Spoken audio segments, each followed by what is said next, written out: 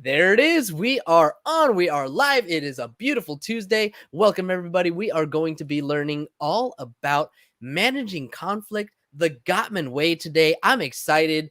We're going to get a chance to learn quite a bit. So here we go. Let's jump in. Practicing Polyamory, real-life perspectives from the imperfect people of polyamory. The mission of the Practicing Polyamory podcast is to provide a platform for all of the real-life, flawed humans that practice polyamory so that we might all learn from one another and grow as a community. Enjoy the show. All right. Welcome, everybody. Welcome back to this beautiful Tuesday. If you are joining us for the first time today, welcome, and thank you so much for tuning in. And if you've been here for a while, then you already know that we are live on Facebook, YouTube, Twitter, and Twitch every Monday, Tuesday, and Wednesday. This week, we have a special Thursday episode with author of the Love's Not Colorblind book, Kevin Patterson. But anyway, other than that, 3 opportunities every week for you to ask questions. So if you have any questions about your relationships, or if there's a topic you'd like to hear discussed on the show, slide into my DMs, let me know, or leave a comment while we're recording live. Find us on all social media platforms at Practicing Polya. Let me know what it is that you want us to talk about. And as always, as a reminder, if you're listening to this podcast, you are a welcome guest to be on this show. None of us are perfect. We are here to share all of our imperfect stories, because the more stories we hear, the more others will see us in themselves, and the more representation we have, the more we can strengthen our community. So go to practicingpolyamory.com and sign up to share your imperfect story too. All right, everybody, let's jump in and introduce today's awesome guest. Did you know that couples suffer through an average of 6 years of unhappy relationships before seeking professional help? 6 freaking years. Today's guest believes that your relationship matters too much to waste even one more day. She works with individuals, couples, and all manner of non-traditional relationships to reignite the sparks of passion, resolve seemingly insurmountable conflicts, and navigate non-monogamy to make your loves last.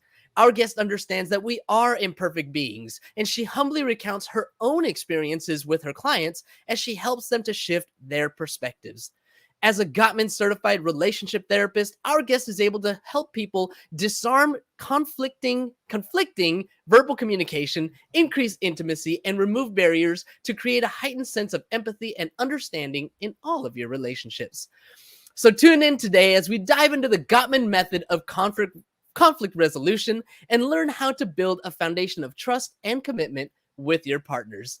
Joining us today from Couples Counseling of Central Florida, host of the Stubborn Love and EmoCast podcasts, welcome to the show, Paige Bond.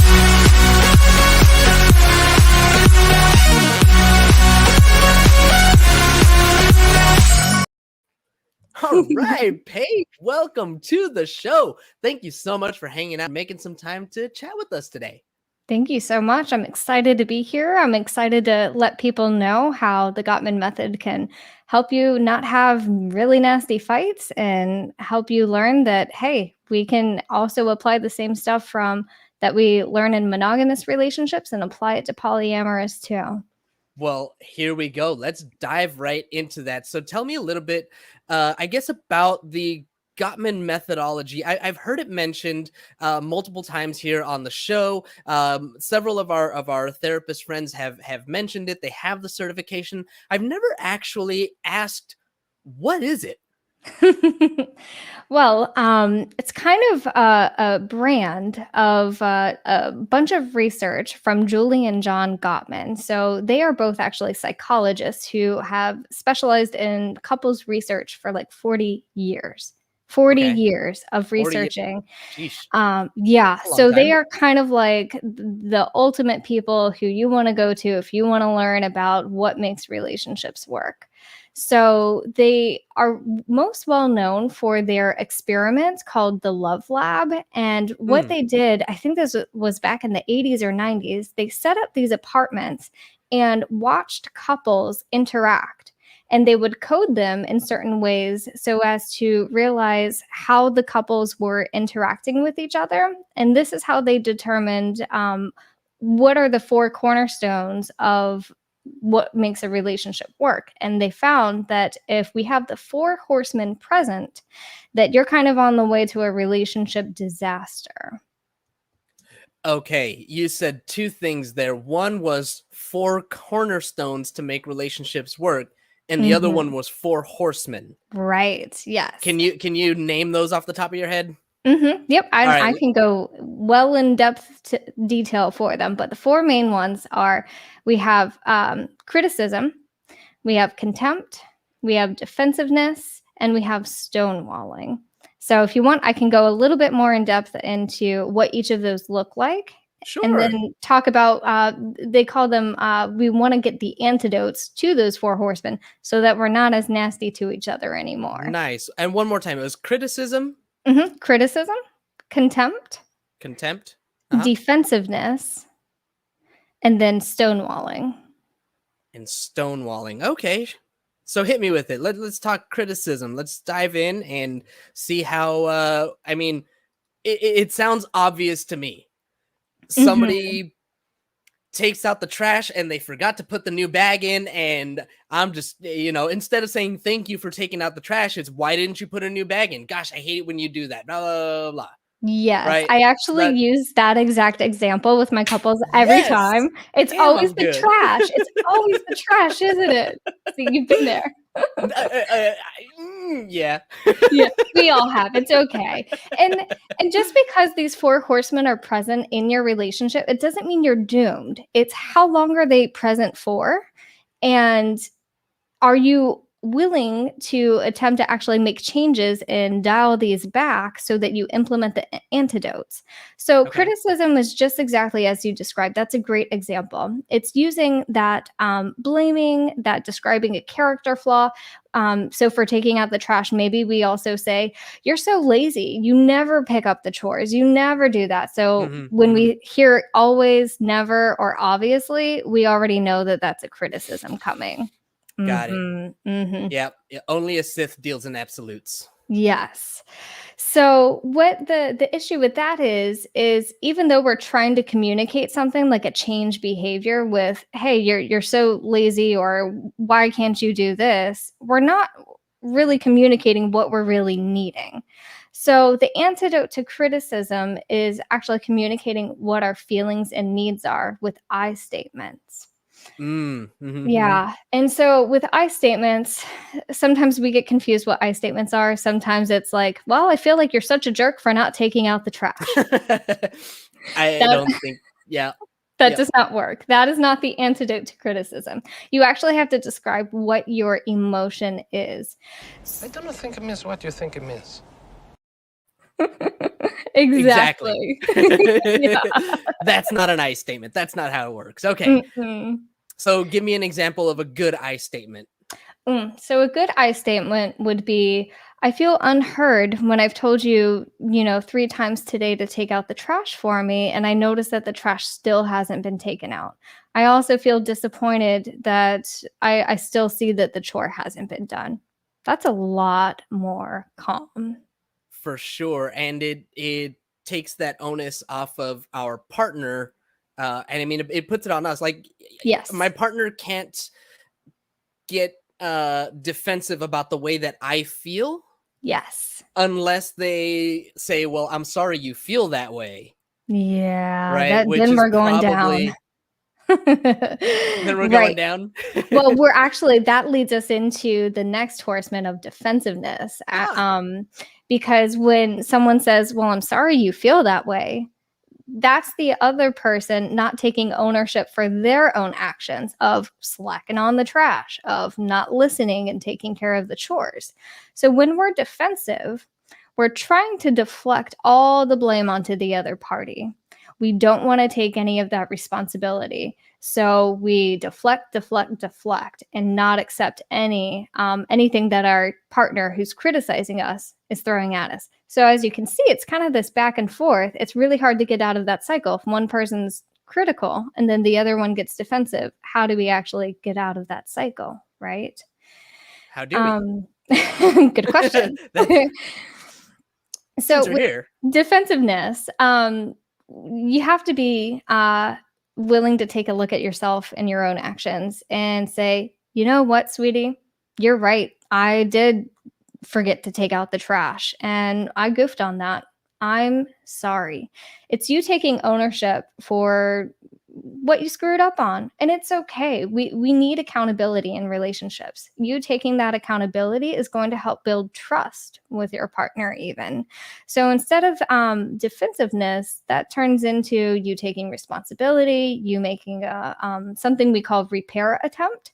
So in Gottman method, and people can look online if you're listening, you can Google the Gottman repair checklist.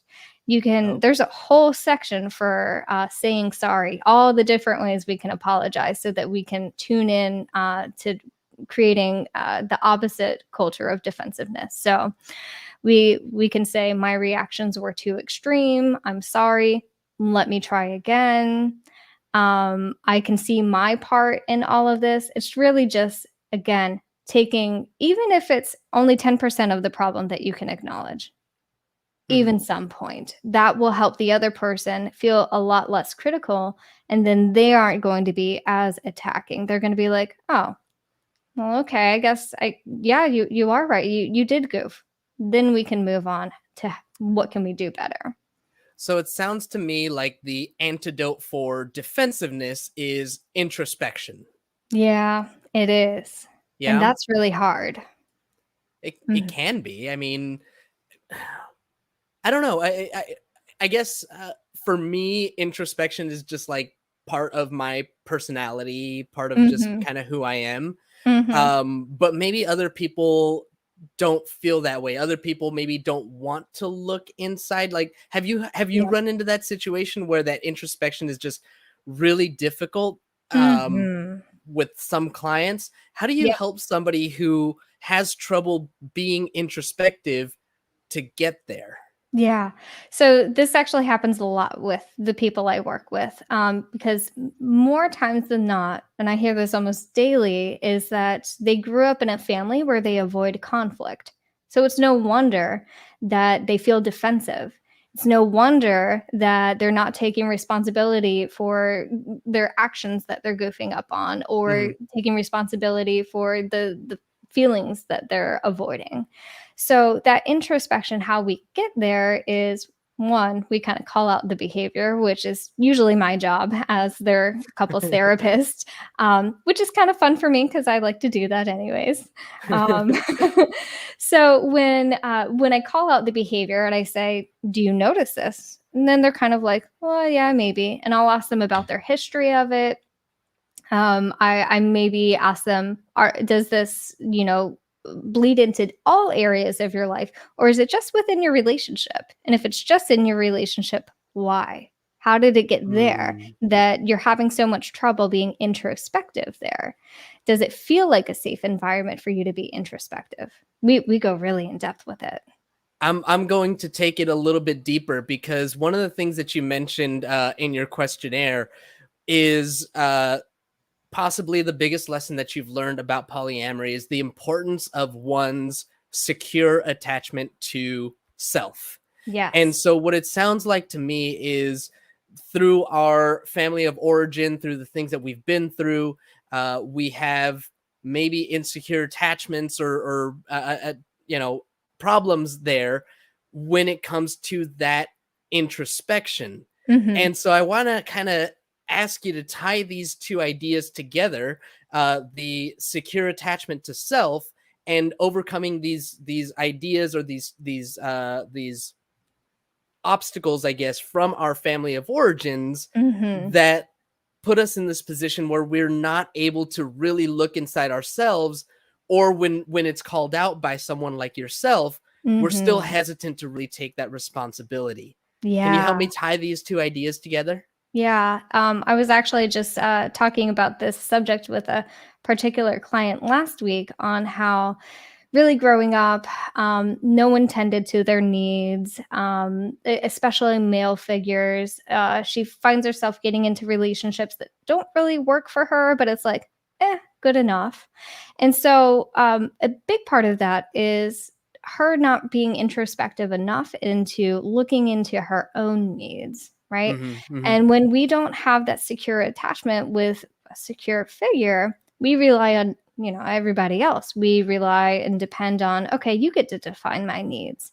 And what I was actually working on with her is utilizing, have you heard or read the Polysecure book by Jessica Yeah. Fern yet? Mm-hmm. Fantastic.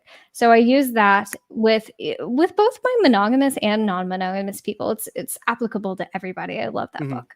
And so we're using the hearts method to help her find that secure attachment with herself, because she's now finally single for the first time in a while. And we're trying to unpack that, because part of her has this need to find that security, to rely on, finding that other person, because it's hard to be secure within herself.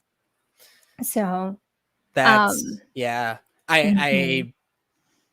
That resonates a lot with me. Mm, Recently going through a separation and living on my own for the first time in 7 years, mm. and having grown up and even into my early adulthood, later adulthood, whatever. Young adulthood. All of my basically all my life, like, loneliness has been Yeah. this demon that just, Yeah.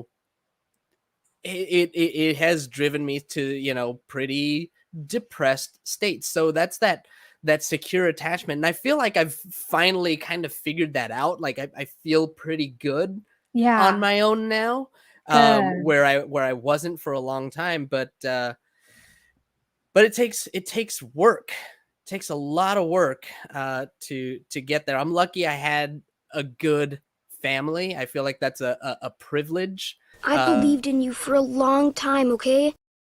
Thanks, bro. Aw. I feel like that's a privilege, though, that I need to acknowledge, because having had such a wonderful upbringing, great parents, I say a lot of times that I grew up basically in the Brady Bunch. It gave me a lot of opportunity to develop that secure attachment, but not everybody Amazing. necessarily has that. And so it can be a lot more work for others. Mhm. All right, getting back to managing conflict. We talked about two of the Four Horsemen: criticism, Mhm. defensiveness. Well, how about contempt? We'll go into contempt as Oof. number 3. Tell me Contempt about that. is troubling. So contempt is the most dangerous of the Four Horsemen. If you have Really? long-term contempt in your relationship, contempt is basically resentment. Okay. And if we're living with 6 years, a decade, 2 decades worth of resentment, right? Mm-hmm. Do we really have a healthy relationship? No. Right. So contempt is where, it can show up in all kinds of different ways. It can show up verbally. It can be name calling. It can be putting you down. So coming from a Mm, position of superiority, saying, I'm better than you or you're less than okay. me, making your partner feel worthless. That's contempt. Ugh. And it Yeah. can show up non-verbally too. So in your body language, say your partner is talking about something really serious, and they're seeking care and comfort from you, and you act in a way of, gosh, you always do this. That's contempt right there. That's Mm, contempt. That little there, the eye roll, it can be sarcasm. All of that shows up as toxic contempt to your relationship. Very dangerous. yeah, I can see why that is the most dangerous ones, and I don't think, maybe, I don't know. I'm trying to think of any examples where I've done that in my life, but just imagining somebody Mhm. doing that, like, to me today, or me doing that to somebody else, that's just, ugh, Yeah. that's ugly. Yeah. So what's our antidote for contempt? How do we fix this? We create a culture of appreciation. We Ah, try our nice. best to see the good in our partner. So it can come up in many different ways. One exercise that I like to do is a 7-week exercise to create fondness and admiration, which kind of helps my partners learn about, hey, what were the good things that we remember about our relationship that got us into this? Hmm. Even just starting there will help put you on a more positive track. Because when we're in that mode of contempt, we don't see our partner in the best light. We think Right. negatively of them. We think they're out to get us. We are not giving them the benefit of the doubt. And even when they're trying to do something nice, we still take it the wrong way. Yeah. Yeah. hmm It's- So, ugh. a lot of that is me doing a lot of intervening. If they're coming to, therapy with me intervening and saying, whoa, whoa, whoa, whoa, whoa, let's stop that. Let's rewind and let's try to use I statements and see if we can Mhm. just communicate the feeling and need. And then let's also see if we can throw in an appreciation there somewhere. I Nice. also try to end my sessions on a more positive note. So I have my couples go through a specific exercise of telling each other something specific that they appreciated about like an action they did recently. And I make sure that they don't do it in generalized terms. So I don't want them to say, oh, yeah, thanks. I really liked your dinner the other night. That doesn't give anything to the other partner. I need you to Mhm. be specific. So a good example would be, I really love that you made spaghetti for me the other night. It reminded me of the happy memories growing up. And I thought it was really thoughtful of you to do that because I felt really cared about. Got it. Got it. Yeah. The 5 a.m. club, 5 a.m. call that I'm a part of, we do what are you grateful for Wednesdays, because when you are being grateful, you can't be angry, or at least Yep. that's the idea there. Just a quick story share here. My brother, who's our producer back here at Business Bros Pod, everybody make sure to follow that. He did something for his wife a couple of years ago that was just the most amazing thing, and it really changed his relationship. He talks about the way that it changed his relationship. Mm. He spent a year journaling every single day the things that he was grateful for that specific day, that things that she might have done for him. Yeah. And I mean, not that they were necessarily having problems before, not that I'm aware of anyway. Mhm, mhm. But I definitely have seen the way that it changed their relationship, and the way that he loves her and dotes on her now. It's Yeah. pretty great. So anybody listening, if you just want to, even if you're not having issues, if you want to improve your relationship, try something like that. Attitude of Mhm. gratitude is huge. So Yeah. important. All Yep. right.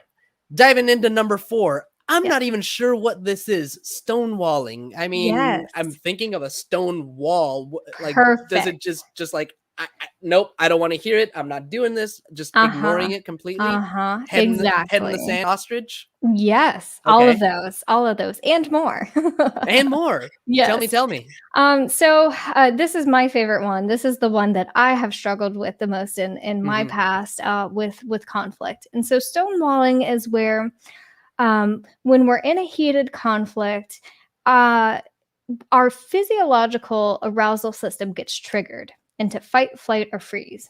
Hmm. Stonewalling is that freezing, and we're just done. We can't do the conversation anymore. So maybe our partner is trying to talk to us about something serious, or maybe they're trying to push a subject. At that point, the listener is all systems shut down, cannot receive anything because there's just so much physically going on in their body that they're too overwhelmed to even take in any information. Hmm. We call it amygdala hijack because our emotions can't take on any more information that leads to Mm. emotions. I like to use like an old kind of caveman example of so if you and your partner were in the caveman times and trying to hunt for food, and all of a sudden you see that saber-toothed tiger, and you're like, oh gosh, we got to run. And so you start running away from the saber-toothed tiger. And right before you started running, your partner was trying to bring up a conflict, something to discuss, something to resolve. And so one partner is trying to still continue that conflict conversation while you're both running from that saber-tooth tiger. That's not going to work because you're trying to find safety. You're trying to get Hmm. away from that tiger. And so I Hmm. describe it like that is the person who's feeling stonewalling, they're trying to find that safety. They don't know how to do it. They cannot Mm. respond. They cannot engage in that conversation. Um, What it often looks like is, sometimes we'll notice that people just like sink down into their seats. Sometimes they'll just look away. They may even physically get up and leave the room. Hmm. What makes that worse, and I see it all the time in my people that I work with, is of course someone follows. Hey, where are you going? Why'd you stop talking to me? Let's resolve this issue. And that makes it even worse. That pushes the person deeper into that stone wall because, again, they still can't get it through to them. They have to physiologically calm down just their body before they can even have a good conversation. I'm gonna throw It's some. worse. It's so much worse. Yes, Yes. and it just gets worse. Mhm. I'm gonna throw something at you here. Mhm. There's this old saying, this old ideology of never go to bed angry. What are your thoughts on that? I'm sorry. I took it too far. Oh, that was great. I Okay. would rather you go to bed angry Mhm. and get a good night's sleep so that you can resolve the conflict the next day, rather than staying up for an extra 6 hours until 3 a.m. trying to resolve the conflict to where both of you found a compromise to where neither of you like it and you still feel resentful. That makes sense. Yeah, I'm mostly in agreement with you on there. So, what's our antidote? Antidote. So we do something called self-soothing. Self-soothing is where you take care of yourself. This is where you do something that is pleasurable to your senses or pleasurable for you to engage in. So I like to use the five senses of, watch something, look at something that's pleasurable. If Mhm. it's a TV show or if you want to go outside, look at the stars or do whatever, you can do that. You can smell something that's really pleasant to you. If you like peppermint or lavender or light a candle, focus your sense on something else. And then, of course, the other senses of, hearing, listening to music, get your body active, moving. Exercise is a Mhm. great one. A lot of my go-to Mhm. self-soothing skill is going on a walk. I love doing that. Yep. You just need to make sure that you're focusing on yourself and you're not focusing on the conflict during this time. So sometimes people will take the time out to try to do the self-soothing, and then during their activity they're like, well, I should have said this and then we should talk about that. That's not soothing yourself, because then your heart rate is going to get back up. Your physical senses, whether you felt really overheated, your heart rate was up. I get a knot in my throat when I'm Mhm. feeling close to Yep. stonewalling. Yep. All that's going to come back if during your activity you're focusing, ruminating on that conflict again. So really the biggest thing you can do for yourself is let the conflict stay over there, come Mhm. back to it when you feel a lot more calm.